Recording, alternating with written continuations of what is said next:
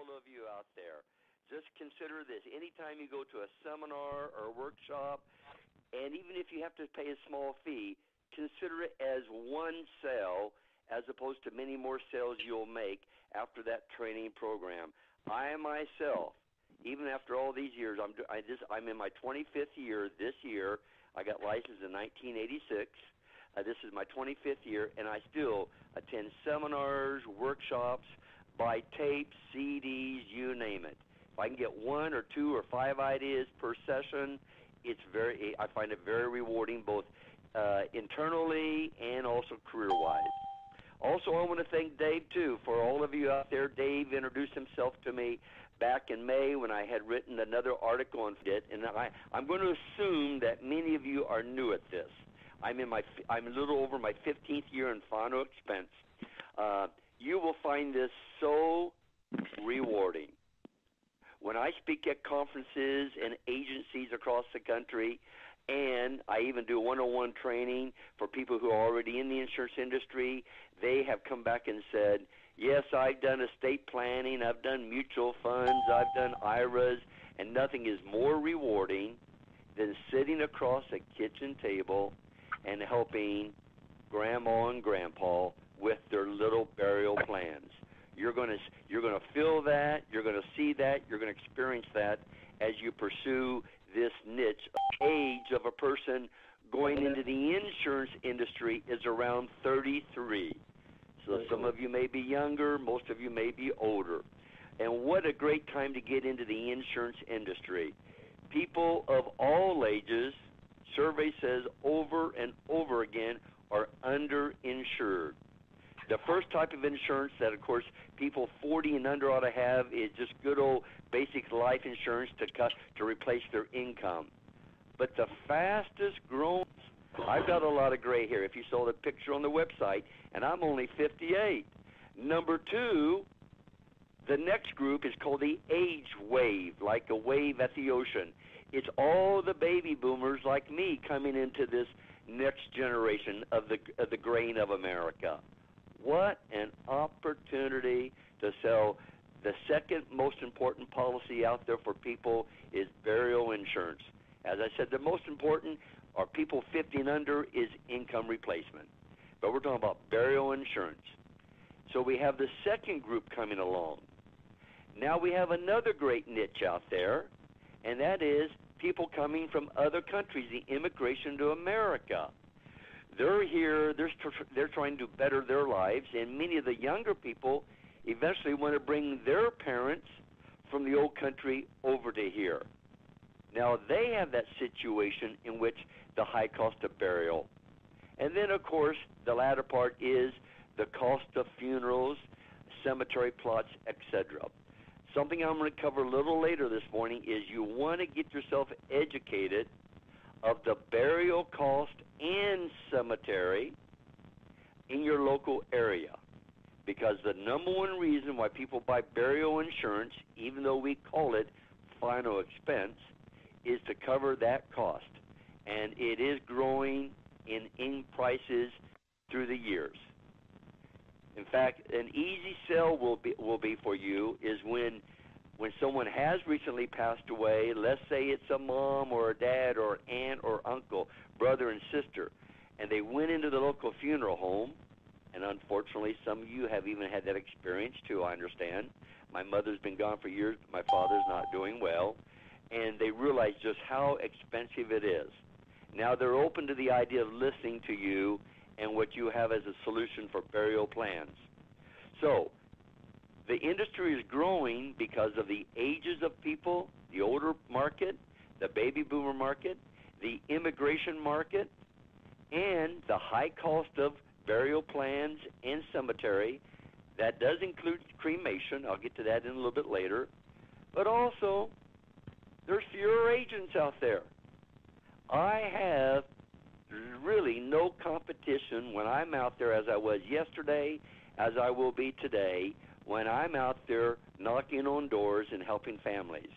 You are not going to come across no more, and I'm stretching here, 2 or 3 other people in your area doing final expense. Why? First of all, most people sad to say, don't have a good work ethic. This is an easy niche. It's an easy process. It's a simple sell, but people want to complicate it. And I'll discuss that more in a little bit. But we have fewer agents. When I used to go to various insurance meetings and all, there maybe been 100 agents there. Now I'm lucky to count 25. And yet I have a growing market out there. How much better can it get? I have a bigger market and less competition. So good for all of you that are looking into final expense and you're into final expense. So I got licensed in 1986. The first 10 years, I was with one of the big mass mutual companies where you were trained to do everything and be everything to everybody. And after 10 years of being totally frustrated, I realized this isn't for me. I'm better with one simple product, one simple market, sitting across the kitchen table. I don't belong behind an executive desk or in front of a group of board of directors convincing them about an insurance plan. My parents are hillbillies from Kentucky, and I came out here in California when I was in the Air Force, and I've just stayed out here. So I was about ready to leave the industry. I was just fed up with it, and in the meantime, I was working at a funeral home part-time out in Riverside, California, and I got my funeral director's license, and I enjoyed that, meeting with families, helping them with their arrangements, but I miss sitting across the kitchen table, helping people with some form of pre-planning using insurance. So when I was about ready to leave the industry, I thought, well, let me look into these little burial policies called final expense. I answered an ad in a paper, I responded, and the rest is history for the last 15 years. It provides a perfect lifestyle if a person wants to be independent, make a nice income. You're not going to become a millionaire per se. Make a nice income and have no expenses and be your own boss, helping people during the day.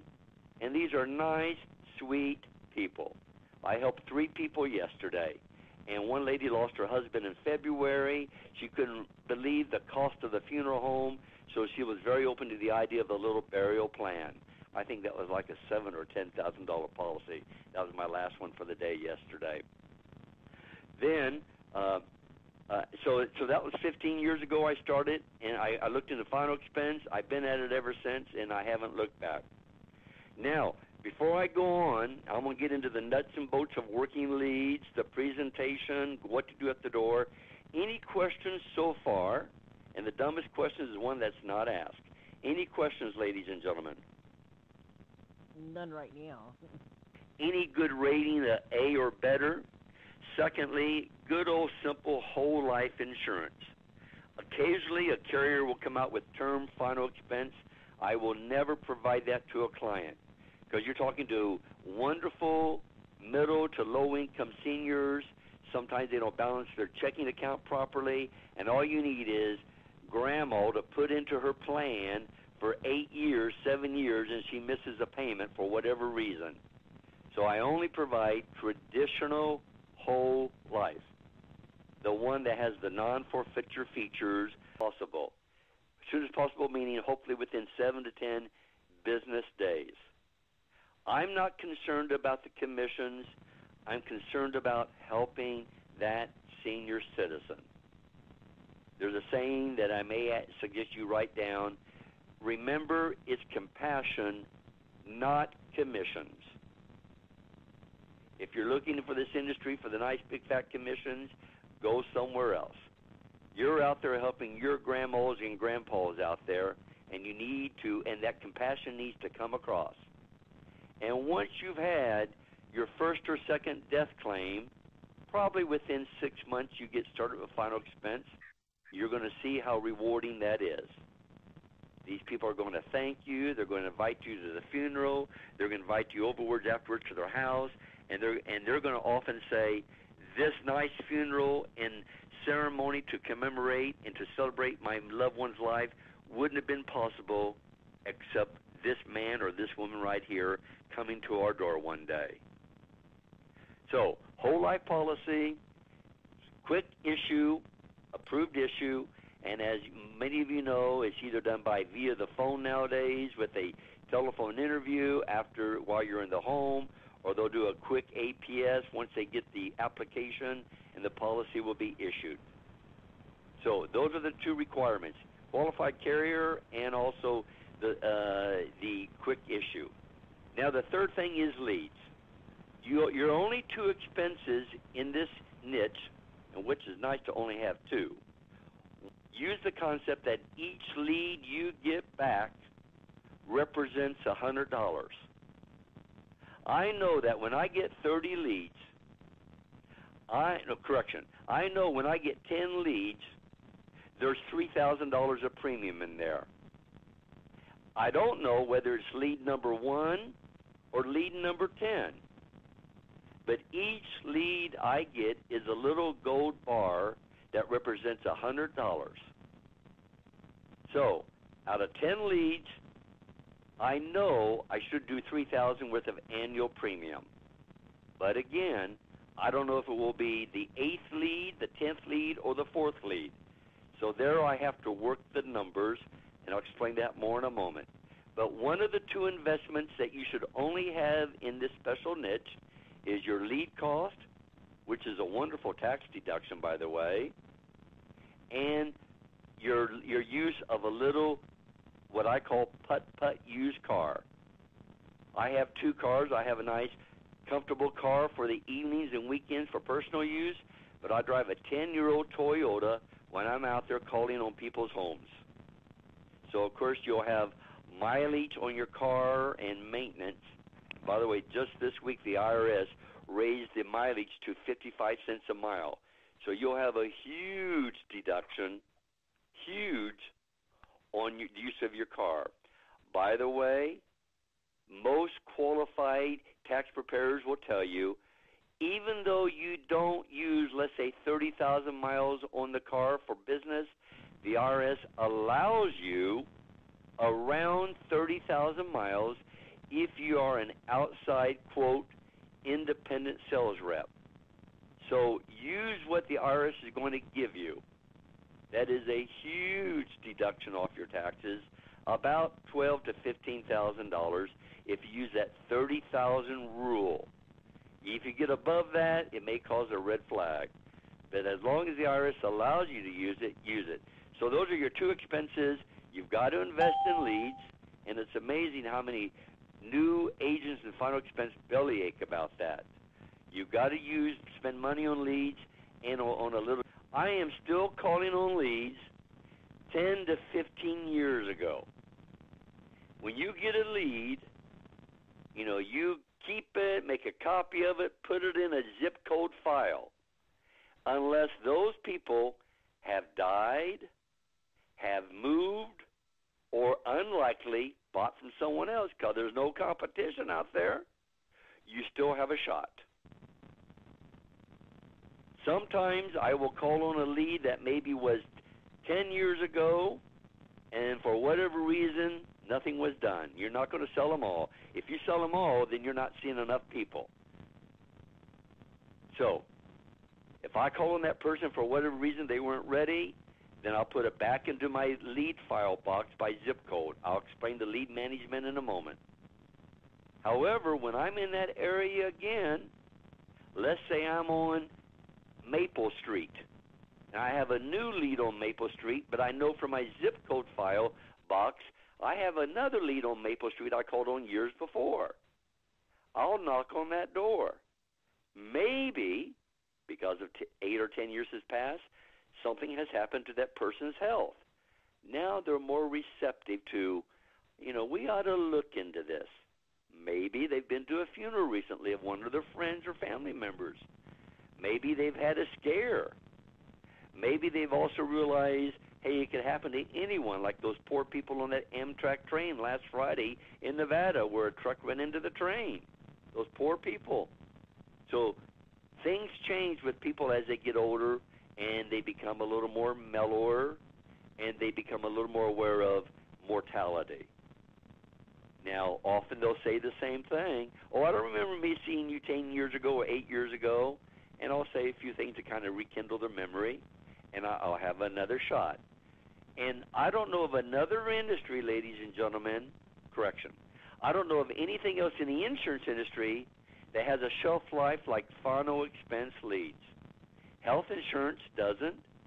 Traditional life insurance doesn't. IRAs don't. They all have to do things by certain times. But in final expense, you have incredible shelf life. So when you purchase these leads, you hang on to them. So again, unless they died or moved or they bought for someone else, you still have a shot. I'm still making sales of leads that I've accumulated through the years ago. Now, lead management. When you get the leads, now there's a couple things you can do. Some people will say, I only want to work brand new leads. Well, good news here, ladies and gentlemen. These people, as some of you have already experienced, they don't remember sending it in last week.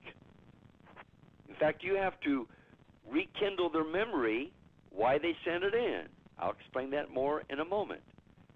So when I get the leads, I sort it out by area that I'm going to work, and I usually use a 5-digit zip code.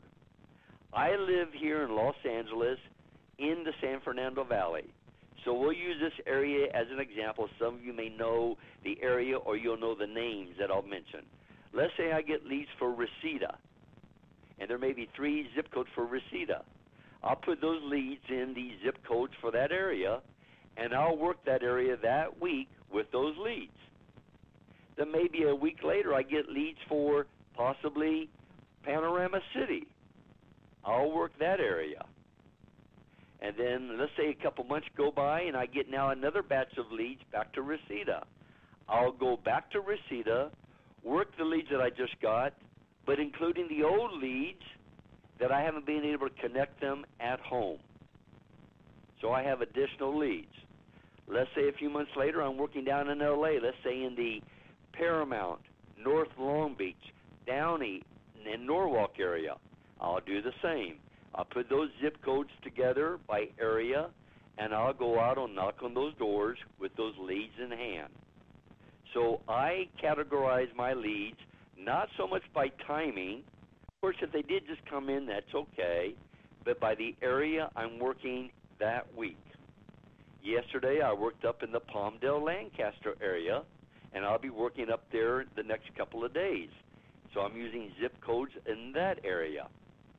The nice thing about final expense too, ladies and gentlemen, you once you get comfortable with this, you could drop a final expense agent in any part of the country, and if they're working the right neighborhoods, they'll make sales.